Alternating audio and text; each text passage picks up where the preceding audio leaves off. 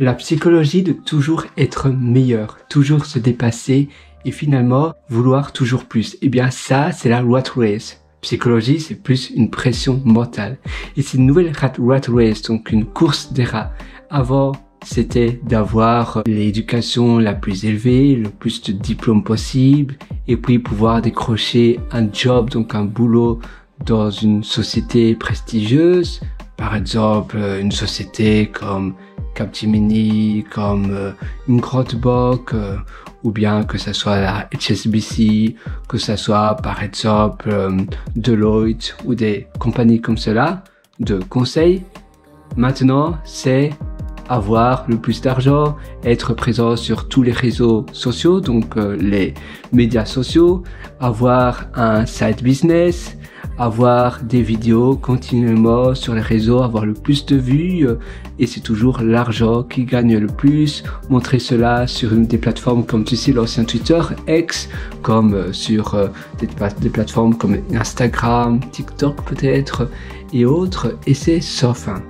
Et c'est une nouvelle rat race, parce que c'est une pression également que l'on a, c'est une pression sociale.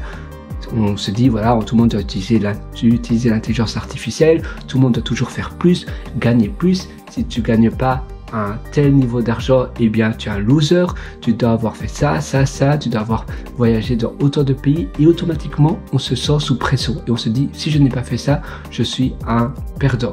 Et en réalité, non. Si tu es perdant, c'est que tu n'es pas heureux. Le plus important, c'est d'être satisfait dans ton lifestyle, dans ta vie, dans le style de vie que tu te crées. Et c'est ça finalement, la réelle satisfaction. C'est de s'écouter soi-même. Tu sais, selon les Grecs disaient que le bonheur, c'est une vie sans souci, sans inquiétude, sans tracas. Et en effet, c'est tellement vrai. Il faut se créer une vie saine et reposante. Une vie qui reflète, eh bien, notre envie au fond de nous. Qu'est-ce qu'on veut au fond de nous? Et se regarder devant le miroir et se demander à soi-même, qu'est-ce que j'ai envie, moi, réellement, d'avoir, de bâtir? Qu'est-ce que j'ai envie de me concocter? Qu'est-ce que j'ai envie de me créer pour moi? Quelque chose qui me reflète, quelque chose de grand, quelque chose, eh bien, qui a une certaine...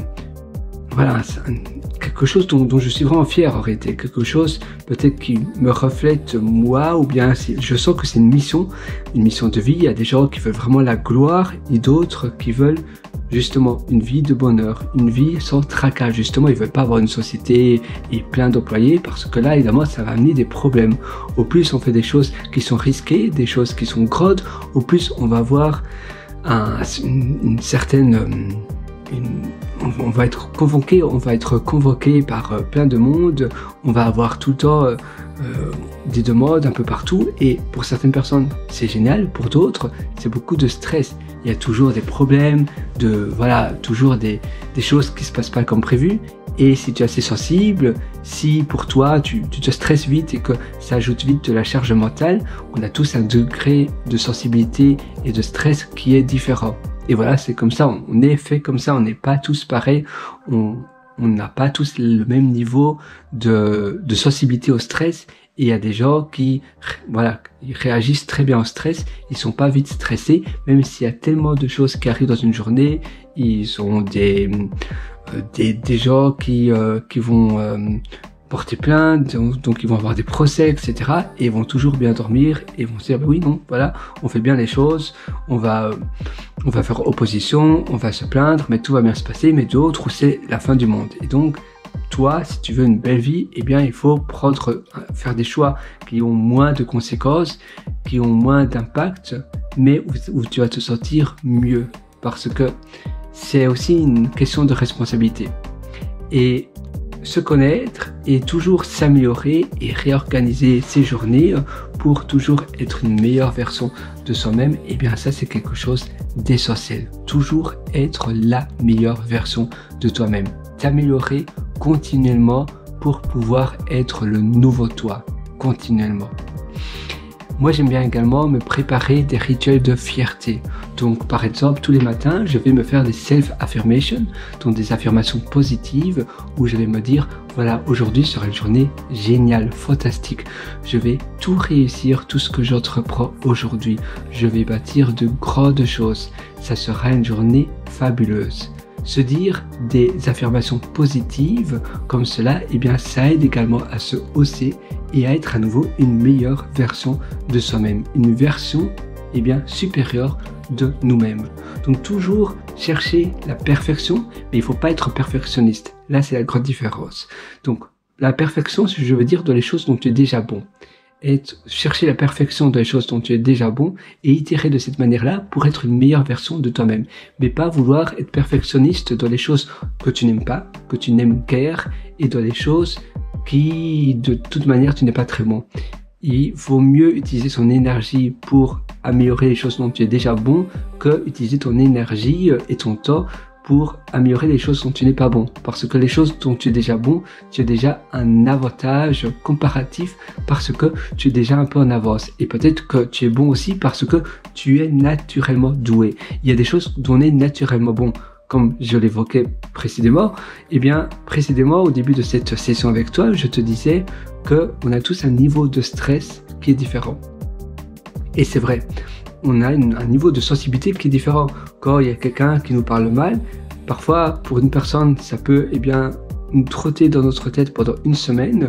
On va ruminer, on va se dire, mais pourquoi elle m'a mal parlé? Qu'est-ce qui s'est passé? Ou un manager, notre patron qui nous a mal parlé, et toi, tu as tout donné au travail. Et pour une autre personne, eh bien, après 5 minutes, ça sera déjà parti. Et voilà. Et ça, c'est vrai que c'est naturel. On peut travailler dessus, mais c'est quand même assez dur. À nouveau, les choses dont on n'est pas très bon, eh bien, on peut travailler, mais à la base, tu n'es pas très bon, et voilà, c'est comme ça. Et c'est aussi lié au bain de ton éducation. Et on sait rien y faire. Depuis que tu es tout petit, de 0 à 7 ans, c'est là où tu es une vraie éponge, où tu t'imprègnes de tout. De 0 à 7 ans, de 0 à 6, 0 à 7. Et voilà, on peut plus revenir en arrière. Et c'est comme ça. Et il faut se dire, eh bien voilà, au moins, ça fait déjà mes choix pour moi. Ça trace déjà mon chemin. Ça trace déjà mon chemin. Et comme ça, j'ai déjà des choix qui sont tout faits pour moi. Et tant mieux. Parce que sinon, c'est un peu comme quand tu vas dans un café et que tu veux prendre un dessert. Tu sais, un café où on vend du café, où on vend du thé, etc. Un tea room. Et tu as plein de sortes de desserts. Si tu as deux tartes et un gâteau, c'est tout. Eh bien, au moins, c'est facile. Tarte croisée aux pommes, tarte au riz, et puis un gâteau en moelleux au chocolat. C'est très facile. Mais si tu as 1001 différents, voilà, tellement de sortes de desserts différents. Tu as crêpes, gaufres, tu as moelleux au chocolat, bien évidemment, mais tu as, en plus de cela, tu as plein d'autres gâteaux, tu as des cakes, tu as des tartes, des croissants, des petites tartelettes, tu as des éclairs au chocolat, tu as des croissants, tu as des pains au chocolat, et tu n'en sors plus pour un petit déjeuner. Mais qu'est-ce que je vais prendre? Parce qu'il y a trop de choix. Et on dit souvent, et c'est tellement vrai, le choix tue le choix. Évidemment, il y a des gens qui ont plus de facilité que d'autres également à prendre des choix. Pour certaines personnes, c'est très dur de faire un choix, et pour d'autres, c'est très facile. Et aussi, pour les choix, c'est important de ne pas stagner, d'avancer, de toujours aller de l'avant. Au lieu de passer du temps à faire des choix, eh bien, à un moment donné, il faut se dire, voilà, je vais de l'avant. Je dois prendre un choix, même si c'est le mauvais, même s'il s'avère que c'est le mauvais choix, au moins c'est la meilleure manière de progresser et d'avancer. Parce que sinon, je vais stagner, je vais hésiter et je vais aller nulle part. Il y a un moment donné où il faut bien avancer quelque part et ça commence par faire un choix. Parce que sinon, je vais traîner, je vais ruminer, je vais pas savoir quoi faire et ça, eh bien, ça risque de rester avec moi pendant des années à me freiner à force de ne jamais savoir quoi faire, et finalement tu vas pas avancer beaucoup et tu vas pas pouvoir réaliser tes rêves dans ta vie. Il y a des gens qui rêvent de quelque chose, quand ils ont 20 ans, ils ont toute leur vie devant eux, ils se disent voilà, j'ai plein de choses que je veux absolument faire, j'ai plein d'envies, j'ai plein de projets, et puis en une fois ils ont 30 ans et ils ont toujours pas réussi à faire leur projet parce que leur projet n'a abouti à rien, ils n'ont jamais le temps, ils n'ont jamais suffisamment d'argent et ils se trouvent tellement d'excuses pour apporter ça plus tard. Ils pensent qu'ils ont toujours plus de temps plus tard et finalement après ils ont 35 ans et puis 40 ans et ils réalisent que la vie avance Et maintenant ils ont peut-être une famille, peut-être des enfants, peut-être qu'ils ont eu, leur couple ont eu des enfants parce qu'il y avait une pression sociale, ils voulaient peut-être pas avoir d'enfants, mais avec cette pression sociale où la tante, l'oncle, les parents demandent alors c'est pour quand les enfants, ah vous pouvez pas avoir d'enfants, et pourquoi vous n'en avez pas? Finalement alors ils ont des enfants, mais plus par pression sociale, et alors ils ont moins de temps encore, et finalement voilà, c'est un cycle, c'est vraiment un cercle sans fin, c'est un cercle vicieux et ça va jamais arriver. Et à un moment donné où il faut se dire, voilà maintenant, je dégage 1h30 dans mes journées, peu importe si j'ai des enfants ou pas, on sait toujours trouver le temps. Quand on veut, on peut, il y a toujours les moyens. L'argent, c'est un flux, ça vient, ça part. On peut payer une babysitter qui vient ou bien mettre nos enfants à une garderie si on a des enfants, évidemment. Et d'accord, ça paraît très cher, c'est vrai, c'est un coût, mais ton temps, il n'est pas récupérable. Au moins, ça te donne du temps. Et le temps, c'est de la vie. Tu peux plus jamais revenir en arrière. 1 heure de ton temps qui a été utilisée, c'est 1 heure de ton temps qui est partie pour tout jamais. Par contre, l'argent, c'est un flux, ça vient, ça part, tu peux en récupérer, tu peux en perdre, etc. Donc, il faut toujours prendre les bons choix. Et là, tu vas dégager donc 1h30 de ton temps, peut-être 1 fois par semaine ou 3 fois par semaine, pour réaliser quelque chose pour toi et pour accomplir, pour avancer. Très souvent, on a le syndrome de l'imposteur, on se forme. C'est bien cela, mais on passe jamais à l'action, on n'agit jamais. Et si on n'agit jamais, finalement, les formations, c'est une sorte de procrastination. Parce qu'on utilise les formations comme une excuse de ne pas passer à l'action.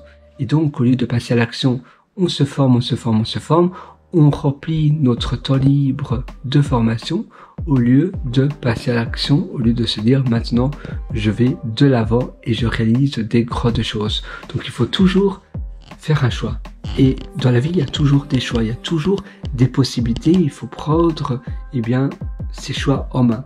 Et s'il s'avère que c'était le mauvais choix, ainsi on sait, c'est un peu comme quand on fait un puzzle, on essaye, on met une pièce du puzzle dans le trou, ça rentre pas, la pièce ne rentre pas, on essaie une autre, et comme ça on sait la pièce qui n'est pas rentrée, on la met à part, puis on essaie une autre, et puis on essaie une autre, et comme ça on sait laquelle pièce du puzzle rentre.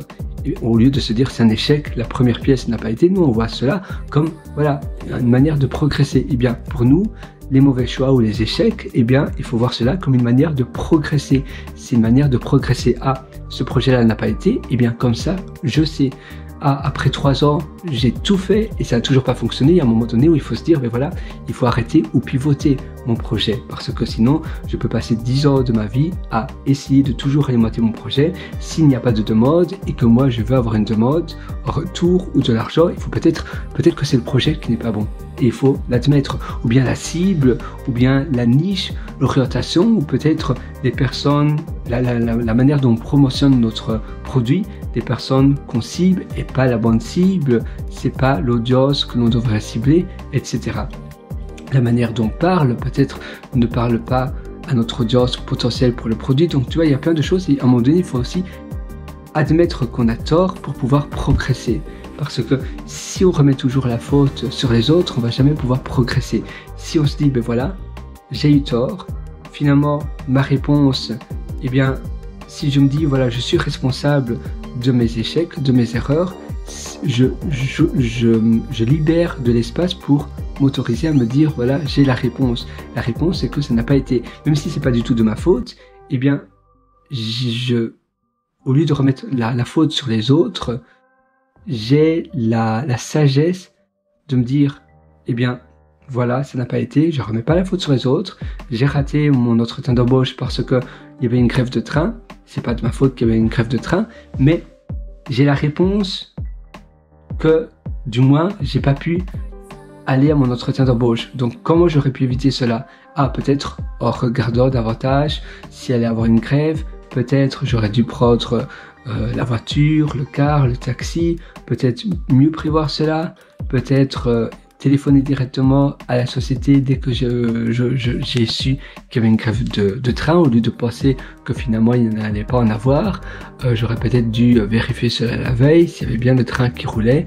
Tu vois, il y a plein de choses. Ou bien j'aurais dû prendre le premier train dès le matin qui roulait encore, même si j'allais être là trop tôt. Il y a plein de choses que si on se dit d'accord, je remets pas la faute sur les autres, finalement, même si c'est pas de ma faute, je suis responsable du constat actuel, que j'ai pas, voilà, de ce qui s'est passé, eh bien, quelle est la réponse derrière cela? Finalement, je suis fautif parce que même si c'est pas de ma faute, je suis quand même responsable de ma situation de maintenant. Donc, comment je peux faire pour m'améliorer? Et ainsi, tu t'autorises à t'améliorer comme cela. Si tu remets toujours la faute sur les autres, tu vas jamais te questionner, tu vas jamais te remettre en question, et donc tu vas jamais pouvoir t'améliorer. Et tu sais, c'est la même chose dans notre vie, se remettre en question tous les soirs, se dire qu'est-ce que j'aurais pu améliorer dans ma journée, des choses qui se sont bien passées, qui se sont pas bien passées, et comment je pourrais améliorer ma journée de demain. Eh bien, écrire cela, et le lendemain matin, tu lis cela, et tu maximalises tes choses de reproduire les choses qui se sont bien passées, et tu regardes ce qui s'est pas bien passé, tu vois ce que tu peux mettre en place, ce que tu peux mettre en action pour éviter que les choses qui se sont pas bien passées se reproduisent encore aujourd'hui. Comme ça, tu itères pour avoir une meilleure journée. Faire des pauses également, se dire voilà les 2 heures qui viennent de s'écouler, est-ce que j'ai aimé? Comment elles se sont passées les 2 heures qui viennent de s'écouler? Faire des auto-feedbacks de cette manière-là.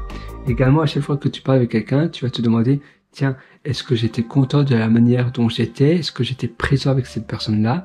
Être dans le moment présent et finalement traiter la personne, ton interlocuteur, comme si c'était un ancien très bon ami, your best old friend, un ancien très bon ami, et bien directement tu mets à l'aise la personne. Même si la personne n'a pas peut-être très sympathique, et bien directement si tu es gentil, automatiquement c'est un effet de miroir, l'autre personne sera davantage agréable du moins. Une dernière chose, c'est que je t'ai concocté des formations que je te propose au-dessous, en description. Tu as des liens et tu pourras acquérir mes formations spécialement pour toi. Je t'offre un code de promotion parce que tu es arrivé jusqu'à la fin de cette session. Le code de promotion, ça s'appelle FIN, F-I-N. C'est un code de réduction indiqué sur le champ de code de réduction de la page de paiement. Donc tu indiques FIN, F-I-N en minuscule ou en majuscule pour demander ton droit d'avoir 40% de réduction sur tout mon catalogue entier. Je ne devrais pas le dire d'ailleurs, mais c'est pour le catalogue entier. Par contre, ne le partage pas à d'autres personnes parce que c'est une réduction considérable et les personnes qui ont déjà acquis mes formations n'ont pas eu cette réduction. Donc c'est spécialement pour toi, spécialement maintenant, pendant une durée de temps très limitée et pour un nombre d'élèves limité également. Donc si tu agis pas maintenant, peut-être qu'il y aura trop d'élèves du nombre maximum que j'ai indiqué qui peuvent avoir ce code de promotion qui l'auront demandé et tu pourras plus l'avoir. Donc c'est maintenant ou jamais si tu veux agir. C'est justement aussi pour toi, pour t'aider à passer à l'action et ne pas procrastiner, ne pas remettre à plus tard que j'ai mis justement cela en place. On va directement commencer dès le module numéro 1 de mes formations. Tu verras, tu auras tout entre tes mains, tu auras les outils entre tes mains pour pouvoir agir. Tu auras tout, donc tous les outils efficaces pour pouvoir aller au niveau supérieur. Moi je te souhaite absolument tout le meilleur. Je sais que tu vas aller très loin, je sais que tu vas réussir. Finalement je suis avec toi et on travaille ensemble. Ne remets pas à plus tard ce que tu veux faire aujourd'hui. Le meilleur moment pour passer à l'action et pour agir, c'est maintenant, c'est aujourd'hui. Alors vas-y fonce, je crois 100% en toi, alors crois en toi. Dis-toi devant le miroir, je suis le meilleur, aujourd'hui sera une journée exceptionnelle, je vais réussir tout ce que j'entreprends, je vais réussir tout ce que je fais et tu verras, ça va être déjà beaucoup plus facile. Ta posture, ton langage, ton attention, la manière dont tu t'habilles, tout ça c'est également important pour te mettre dans le bain approprié de la réussite. Moi, je te rejoins directement, je t'attends directement dans mes formations et tu verras, on va commencer directement dès le module numéro 1 et demain, tu vas déjà pouvoir mettre tout cela en application. Je te souhaite une excellente journée, une excellente vie du fond du cœur. Vas-y fonce, finalement, le meilleur moment à nouveau pour agir, c'est aujourd'hui. Si tu as aimé cette session, n'hésite pas à me mettre un pouce bleu et à me suivre. C'était vraiment un plaisir de faire cette petite session avec toi. J'espère que pour toi aussi c'était un plaisir et que tu as aimé m'écouter parce que moi c'est toujours un plaisir de t'aider. Justement c'est Pay It Forward. J'apprends tellement de choses, de conférences aux États-Unis, dans tous les pays où j'ai suivi des conférences et tout ça je veux le redonner. Tout ce qui fonctionne pour moi, eh bien je veux le redonner pour les autres personnes parce que sinon c'est un peu selfish, c'est un peu égoïste de garder pour moi. D'ailleurs c'est pour cela que je propose toutes mes formations en format un peu, c'est mon cerveau, c'est mon deuxième cerveau, mes formations, je les mets continuellement à jour et tu auras d'ailleurs toutes les mises à jour à vie gratuitement Et pour moi, c'est mon deuxième cerveau. Encore avant-hier, j'ai mis l'atelier Belle Vie à jour. Donc tout ça, je mets continuellement à jour et je te propose ces formations. Je te propose finalement d'accéder à mon deuxième cerveau. Moi, c'était quelque chose que je voulais avoir de mes mentors. Et c'est pour ça que j'ai voulu te proposer cela, parce que j'ai vu cela nulle part ailleurs. Donc je me suis dit, mais oui, pourquoi pas. Avant, j'avais tout ça sur Bear et sur des notes. Et je stockais cela donc sur des applications de notes aussi. Et finalement, je me suis dit, voilà, sur Notion. Et donc, je me suis dit, je vais tout balancer sur la plateforme Podia pour pouvoir proposer mon deuxième cerveau à d'autres personnes, à mes élèves. Et je vais commencer des vidéos comme ça sur YouTube, sur Spotify, etc. au format podcast.